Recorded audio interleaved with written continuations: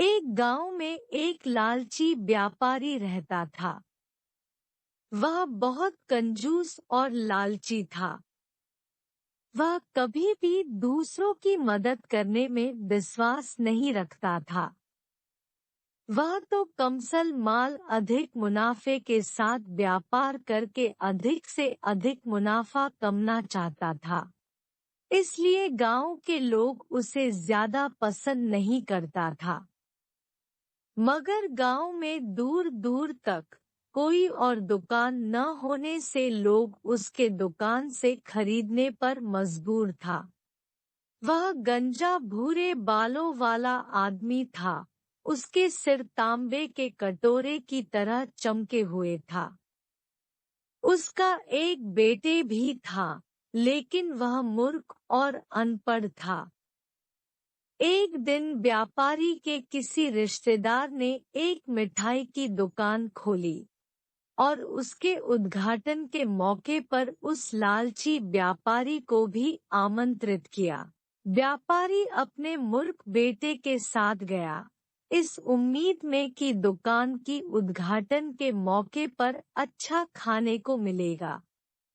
उसे भरपेट अच्छा खाना खाने को तो मिली ही, लौटते वक्त बहुत सारे मिठाई उपहार के तौर पर उसे दिया गया। वह बहुत खुश होकर मिठाई का सारा डब्बा अपनी दोनों हाथों में लेकर घर लौट रहा था। मिठाई उसने अपने बेटे को भी पकड़ने को नहीं दिया। उसने सोचा कि यह बेवकूफ है, रास्ते में किसी ने मांग लिया तो वह उसे दे देगा। मिठाई का सुगंध से बहुत सारे मक्खियाँ भी उन लोगों का पीछा करने लगा। तभी एक मधुमक्खी उसकी खोपड़ी पर बस गया और उसे अपने डांट जैसे डंक से डंक मार दिया। व्यापारी चिल्लाने और रोने लगे, मुझे इससे छुटकारा दिलाओ, मुझे इससे छुटकारा दिलाओ। तो आस-पास जा रहे लोगों में से एक ने सुझाया कि मिठाई को नीचे रखो और सर पर पगड़ी या रुमाल बांध लो। व्यापारी ने सोचा, अगर मिठाई नीचे रख दूंगा तो कोई इसे लेकर न भाग जाए। व्यापारी ने अपने बेटे से कहा, जो उसके साथ ही जा रहा था, मेरे बच्चे, मेरे सिर पर एक मक्खी डंक मार रहा है, इसे दूर भगाओ।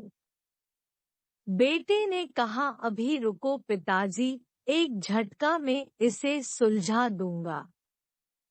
बेटे ने जवाब दिया, जो व्यापारी के पीठ के पीछे ही था, और केवल एक मक्खी को मारने के इरादे से नजदीक पड़े कपड़े धोने की थापी उठाकर उसने अपने पिता के सिर पर जोर से वार कर दिया, जिससे व्यापारी के सर फूट गया और धड़ाम से नीचे जमीन पर गिर गया। लालच की वजह से व्यापारी का सर तो फूटा ही, उसके हाथों में पड़ा सारे मिठाई भी नाले में गिर गया।